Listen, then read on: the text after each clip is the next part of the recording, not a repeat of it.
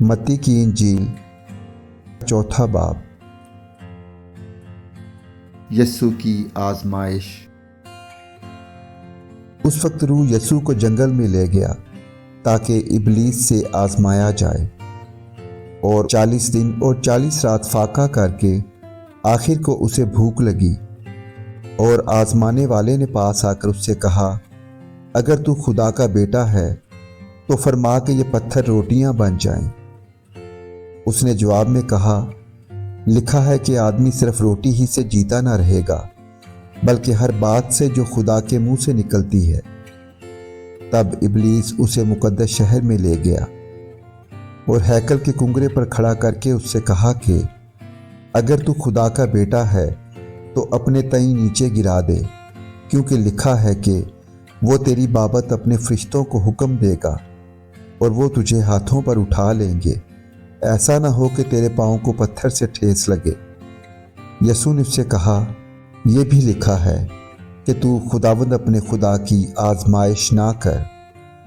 پھر ابلیس اسے ایک بہت اونچے پہاڑ پر لے گیا اور دنیا کی سب سلطنتیں اور ان کی شان و شوکت اسے دکھائی، اور اسے کہا، اگر تو جھک کر مجھے سجدہ کرے تو یہ سب کچھ تجھے دے دوں گا۔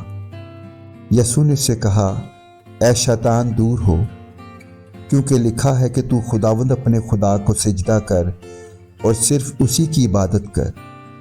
تب ابلیس اس کے پاس سے چلا گیا، اور دیکھو فرشتے آ کر اس کی خدمت کرنے لگے۔ یسوع گلیل میں خدمت شروع کرتا ہے۔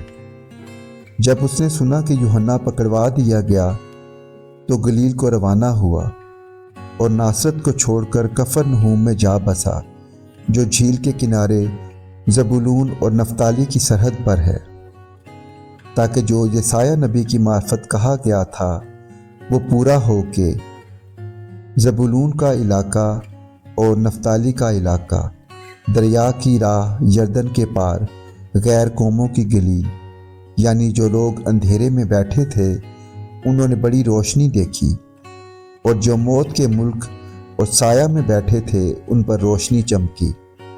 اس وقت سے یسوع نے منادی کرنا اور یہ کہنا شروع کیا کہ توبہ کرو، کیونکہ آسمان کی بادشاہی نزدیک آ گئی ہے۔ یسوع کا 4 ماہی گیروں کا چننا۔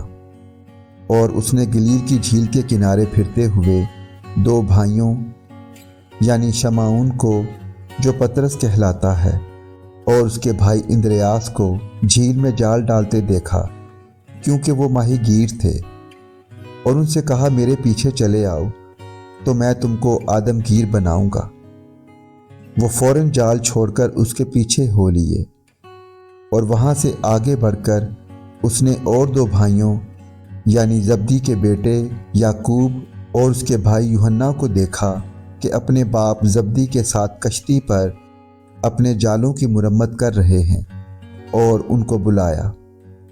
وہ فوراً کشتی اور اپنے باپ کو چھوڑ کر اس کے پیچھے ہو لیے۔ شفا کے بارے میں یسوع کی تعلیم۔